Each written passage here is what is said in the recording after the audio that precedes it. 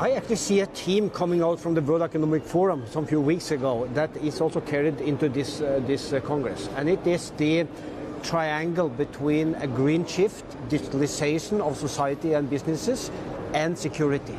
And there is no green shift without digitalization, and there is no digitalization either without a secured and safe network. So that is a theme. Another theme is partnerships. And you see that this Congress now is not only a mobile Congress anymore, it's actually a Congress where a lot of different verticals and industries are present.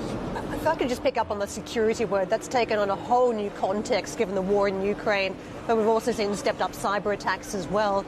How do we think about a network being secure in 2023?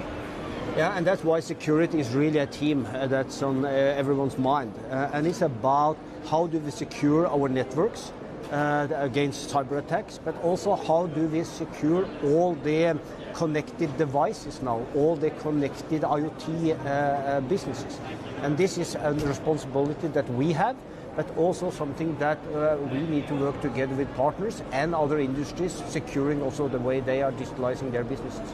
I want to bring up the economic backdrop at this point because it's certainly more challenging. We've seen inflation actually come into telecommunications for the first time in many, many years.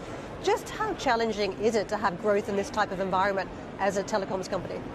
Well, it is challenging for us as it is for any other businesses. However, I think we are a little bit more resilient than many other businesses because the connectivity that we provide to our customers is such a need for most of them. So we see that we have some pricing powers. We have brought up our prices in several of our markets. We also see that we are working systematically now with getting access to green energy supply with the PPA agreements we are going into. In addition, that we are continuing to cut costs using digitalization of our own businesses actually to reduce costs. So the balance of all this means that we are impacted, but still we are able to balance that out somewhat.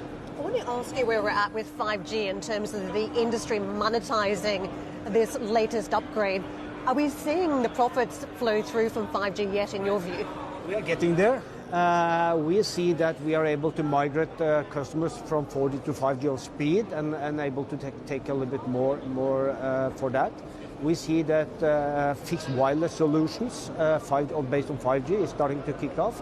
And we also see now that customers are demanding us building private 5G network, secure, designed private 5G network for both the public sector and also for the industry sector. So we are starting now to get the use cases and starting to see some monetization out of the investment.